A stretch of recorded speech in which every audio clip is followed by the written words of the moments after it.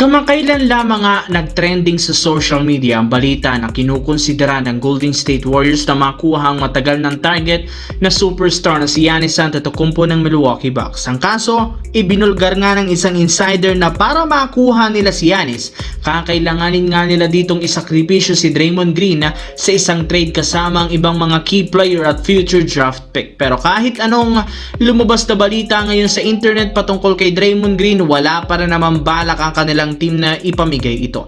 Mananatili pa rin si Green sa kanilang lineup, ngayong ito ang isa sa mga dahilan bakit malaki pa rin ang tsansang mag-compete sa kampyonato ang team na ito. Si Draymond Green rin naman ang main playmaker at best defensive player pagdating sa ilalim ng basket. Kaya wala talaga silang intensyon na sayangin ito para lamang makapagsagawa ng isang trade na walang kasiguraduhan ngayong season kung pipirma ng mas matagal sa kanila si Giannis Antetokounmpo. Sa kabilang banda, malinaw na kabilang sa mga pinakakahinaan ngayon ng Los Angeles Lakers ay ang kanilang depensa, since bukod kay Marcus Smart, wala nga silang ibang mga player na kayang mang-lockdown ng kalaban. Bukod dyan, napakahina rin naman ang kanilang bench dahil maliban kina Marcus Smart at Jackson Hayes, hindi nga mapagkakatiwalaan ang ibang mga role player sa scoring at opensa. Kaya sinasamantala ito ng kalaban para lamang ma-outplayed sila lalo sa depensa.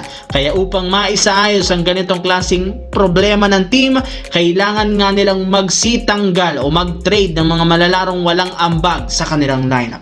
At ayon sa kinumpirma ng isang insider, balak i-trade ni Rob Pelinka ang apat na role player na sina Maxi Kleber, Gabe Vincent, Dalton Keunig at si Jared Vanderbilt na balak nilang gamitin bilang trade offer para mapalakas ang kanilang lineup ngayong season. As of now, nasa magandang posisyon pa rin naman ang Lakers bilang top 4 sa Western Conference. Sa kabilang banda, bagamat ang New Orleans Pelicans ang may worst record ngayon sa NBA, hindi pa rin naman natin maikakaila na meron silang mga talentadong players sa lineup. Medyo problemado lamang sila sa pagtatamo ng injury ng ilan sa mga key player. Pero kapag kompleto ang lineup na ito, siguradong meron silang ibubuga, kagaya ng pagkapanalo nila laban sa Portland Trail Blazers 143-120 sa pagtatala ng double digit points ng anim na malalaro na pinangunahan ni Trey Murphy III na merong 24 points. Bukod sa kanya, kahit kagagaling pa lang ni Jordan Poole sa injury, nakapagtala agad ito ng 22 points off the bench